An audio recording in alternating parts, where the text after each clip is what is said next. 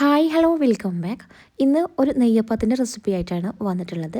സാധാരണ നമ്മൾ അരി കുതിർത്ത് അരച്ചിട്ടൊക്കെയാണ് നെയ്യപ്പം തയ്യാറാക്കി എടുക്കാറ്.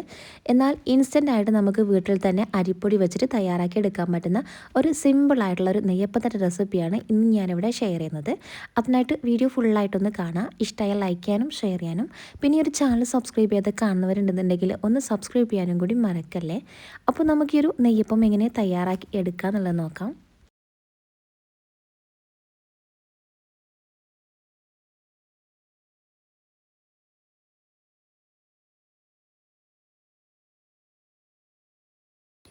ആദ്യം തന്നെ ഒരു ബൗളിലേക്ക് 3 കപ്പ് അളവിൽ അരിപ്പൊടി ചേർത്ത് കൊടുക്കാം. ഏത് അരിപ്പൊടി എടുക്കാവുന്നതാണ്, വറുത്തതോ വറുക്കാത്തതോ, ഇനി നൈസായിട്ടുള്ള അരിപ്പൊടി ആയാലും കുഴപ്പമില്ല. ഇനി ഇത് നല്ലൊരു സോഫ്റ്റായിട്ട് കിട്ടാൻ വേണ്ടിയിട്ട് ഇതിലേക്ക് മൈദയാണ് ചേർത്ത് കൊടുക്കുന്നത്.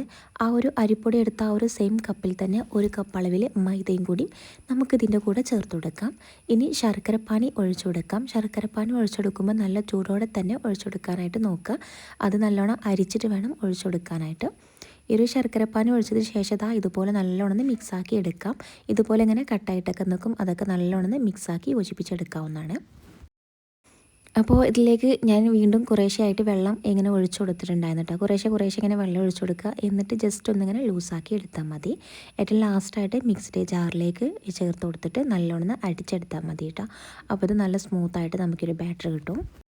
ഇനി ഈ ഒരു മാവ് അരച്ചെടുത്തതിന് ശേഷം കുറച്ച് സമയം റെസ്റ്റ് ചെയ്യാൻ വെക്കണമെന്നുണ്ടെങ്കിൽ അങ്ങനെ ചെയ്തെടുക്കാം. അല്ലാതെ തന്നെ നമുക്കിതുപോലെ ഇൻസ്റ്റൻ്റായിട്ടും തയ്യാറാക്കി എടുക്കാനായിട്ട് പറ്റും.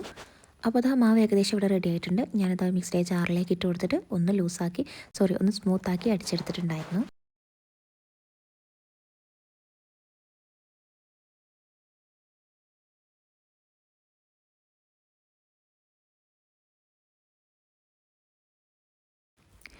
അപ്പോൾ ഈ ഒരു ബാറ്റർ നമുക്കിവിടെ റെഡിയായി കിട്ടിയിട്ടുണ്ട്. ഈ ഒരു കൺസിസ്റ്റൻസിയിലാണ് ബാറ്റർ കിട്ടേണ്ടത്. ഒരുപാട് ലൂസിലും വേണ്ട, എന്നാൽ ഒത്തിരി കട്ടിക്കും വേണ്ടിയിട്ട്. സാധാരണ നെയ്യപ്പത്തിൻ്റെ ഒരു മാവിൻ്റെ ഒരു കൺസിസ്റ്റൻസി നിങ്ങൾക്ക് എല്ലാവർക്കും അറിയാവുന്നതാണ്. അപ്പോൾ ഇനി ഇതിലേക്ക് നമുക്ക് പഞ്ചസാര വേണം. പഞ്ചസാര ജസ്റ്റ് ഒന്ന് പൊടിച്ചിട്ടാണ് ഇതിലേക്ക് ചേർത്ത് കൊടുക്കുന്നത്. അതിനടുത്ത് ഒരു മിക്സിയുടെ ജാറിലേക്ക് നമുക്ക് ഒരു 2 ടേബിൾ സ്പൂൺ അളവിൽ പഞ്ചസാര ചേർത്ത് കൊടുക്കാം. പിന്നെ നല്ലൊരു ഫ്ലേവറിന് വേണ്ടിയിട്ട് ഏലക്കായാണ് ഒരു 4-5 ഏലക്കായ എടുത്തിട്ടുണ്ട്. ചെറുതായതുകൊണ്ടാണ് അത്രയധികം എടുത്തിട്ടുണ്ടായിരുന്നത്. വലുതൊക്കെ ആണെങ്കിൽ ഒരു 2 എണ്ണമൊക്കെ മതിയാകും. ഇനി കുറച്ച് ചെറിയ ജീരകമാണ്, അതും ഇതിലേക്ക് ചേർത്ത് കൊടുത്തിട്ട് നല്ലോണം ഫൈനായിട്ടൊന്ന് പൊടിച്ചെടുക്കാം. പൊടിച്ചെടുത്ത ഒരു പഞ്ചസാരയുടെ മിക്സ് നമുക്ക് ഈ ഒരു ബാറ്ററിലേക്ക് ഒഴിച്ചു കൊടുത്തിട്ട് നല്ലോണം ഇതുപോലെ ഒന്ന് ഇളക്കി യോജിപ്പിച്ചെടുക്കാം. പിന്നെ ജീരകം വേണമെന്നുണ്ടെങ്കിൽ വറുത്തിട്ട് പൊടിച്ചെടുക്കാവുന്നതാണ്. ചിലർ നെയ്യപ്പത്തിലേക്ക് വറുത്തിട്ടൊക്കെ പൊടിച്ചിട്ട് ഇതിലേക്ക് ചേർത്ത് കൊടുക്കാറുണ്ട്. അപ്പോൾ ഞാനങ്ങനെ ഡയറക്റ്റായിട്ടാണ് ചേർത്ത് കൊടുത്തിട്ടുണ്ടായിരുന്നത്. ഇതിലേക്ക് അതിൻ്റെ ഒരു മധുരമൊക്കെ ഒന്ന് ബാലൻസ് ചെയ്യാൻ വേണ്ടിയിട്ട് നല്ല ഉപ്പ് ചേർത്ത് കൊടുക്കാം. അതുപോലെ തന്നെ ഇതിലേക്ക് മെയിനായിട്ടൊരു വേണ്ട ഒന്നാണ് നെയ്യ് കേട്ടോ. നെയ്യ് മസ്റ്റായിട്ടും ചേർത്ത് കൊടുക്കാനായിട്ട് നോക്കുക. എങ്കിലേ ഇപ്പോൾ നെയ്യപ്പാവുള്ളൂ. നെയ്യപ്പത്തിൽ നെയ്യ് എന്തായാലും ചേർത്ത് കൊടുക്കാനായിട്ട് മറക്കല്ലേ. അപ്പോൾ ഇത് വീട്ടിൽ തന്നെ ഉണ്ടാക്കിയെടുത്ത നെയ്യാണ്. അപ്പോൾ നെയ്യ് ഉണ്ടെന്നുണ്ടെങ്കിൽ നിങ്ങൾ എന്തായാലും 1 സ്പൂണെങ്കിലും ചേർത്ത് കൊടുക്കാനായിട്ട് നോക്കാം. അപ്പോൾ ഈ ഒരു നെയ്യും കൂടി ചേർത്ത് കൊടുത്തിട്ട് നല്ലതുപോലെ ഇതുപോലെ അങ്ങ് മിക്സാക്കി എടുത്തിട്ടുണ്ടായിരുന്നു. ഇനി ഇതിലേക്ക് നിങ്ങൾ ഇൻസ്റ്റൻ്റായിട്ട് തന്നെ ഈ ഒരു നെയ്യപ്പം ഉണ്ടാക്കിയെടുക്കുകയാണെന്നുണ്ടെങ്കിൽ അതിലേക്ക് ഒരു നുള്ള് അപ്പസോഡയും കൂടി ചേർത്ത് കൊടുക്കാം. അല്ലാതെ കുറച്ച് സമയമൊക്കെ റെസ്റ്റ് ചെയ്യാൻ വെക്കുകയാണെന്നുണ്ടെങ്കിൽ അതിൻ്റെ ആവശ്യമില്ല. ഞാനിവിടെ 1 മണിക്കൂറോളം ഈ ഒരു മാവൊന്ന് റെസ്റ്റ് ചെയ്യാനായിട്ട് വെച്ചിട്ടുണ്ടായിരുന്നു കേട്ടോ. അതുകൊണ്ട് തന്നെ ഞാനിതിലേക്ക് ബേക്കിംഗ് സോഡ ചേർത്ത് കൊടുത്തിട്ടില്ലായിരുന്നു. ഇനി അതിലേക്ക് കുറച്ചധികം കരിഞ്ജീരകം ചേർത്ത് കൊടുക്കാം. കരിഞ്ജീരകം ഇല്ലാന്നുണ്ടെങ്കിൽ കറുത്ത എള്ളുണ്ടെന്നുണ്ടെങ്കിൽ അതും ചേർത്ത് കൊടുക്കാം. കരിഞ്ജീരകം അല്ലാന്നുണ്ടെങ്കിൽ എള്ളോ കൂടുതലായിട്ട് ചേർത്ത് കൊടുക്കാനായിട്ട് നോക്കുക. അങ്ങനെ വരുമ്പോൾ ഈ ഒരു നെയ്യപ്പത്തിന് നല്ലൊരു ടേസ്റ്റ് ആയിരിക്കും. ഇനി ഈ ഒരു നെയ്യപ്പം ചുട്ടെടുക്കുന്ന ആ ഒരു ടൈമിൽ വേണം നമുക്കിതിലേക്ക് റവ ചേർത്ത് കൊടുക്കാനായിട്ട്. ഒരുപാട് റവ ഒന്നും ചേർത്ത് കൊടുക്കരുത്. ഒരു 1 അല്ലെങ്കിൽ 2 ടേബിൾ സ്പൂൺ മാത്രം റവ ഇതിലേക്ക് ചേർത്ത് കൊടുക്കുക. ഒരുപാടായി പോകുമ്പോൾ ഈ ഒരു നെയ്യപ്പം ഭയങ്കര ഡ്രൈ ആയിട്ടായിരിക്കും നമുക്ക് കിട്ടുക. അതുകൊണ്ട് തന്നെ കുറച്ച് റവ മാത്രം ചേർത്ത് കൊടുക്കാനായിട്ട് നോക്കുക. അതും നമ്മൾ ഈ ഒരു നെയ്യപ്പം ചുട്ടെടുക്കുന്ന ടൈമിൽ വേണം ചേർത്ത് കൊടുക്കാനായിട്ട് കേട്ടോ. അപ്പോൾ ഈ ഒരു റവയും കൂടി ചേർത്ത് കൊടുത്തതിന് ശേഷം നല്ലോണം ഇതുപോലെ അങ്ങ് മിക്സാക്കി എടുക്കാം. എന്നിട്ട് നേരെ വെളിച്ചെണ്ണ നല്ലോണം ചൂടായി വന്നാൽ അതിലേക്ക് ഒരു തവി മാവ് ഒഴിച്ചതിന് ശേഷം ഇതുപോലെ നമുക്ക് ചുട്ടെടുക്കാവുന്നതാണ്. ഒരു മീഡിയം ഫ്ലെയിമിലിട്ട് വേണം ഇത് ചുട്ടെടുക്കാനായിട്ട് കേട്ടോ. അപ്പോൾ ഉൾവശമൊക്കെ നല്ലോണം വെന്ത് വരണം.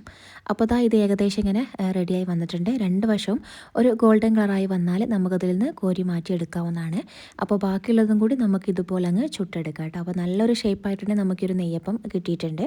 അപ്പോൾ എന്തായാലും നമുക്ക് പെട്ടെന്നൊക്കെ ഇതുപോലെ നെയ്യപ്പൊക്കെ ഉണ്ടാക്കിയെടുക്കണം തോന്നുകയാണെന്നുണ്ടെങ്കിൽ ഈ ഒരു രീതിക്ക് അരിപ്പൊടി വെച്ചിട്ട് നെയ്യപ്പം തയ്യാറാക്കി എടുക്കാവുന്നതാണ്. അപ്പോൾ എന്തായാലും ഇതുപോലെ ഒന്ന് ഉണ്ടാക്കി നോക്കുക.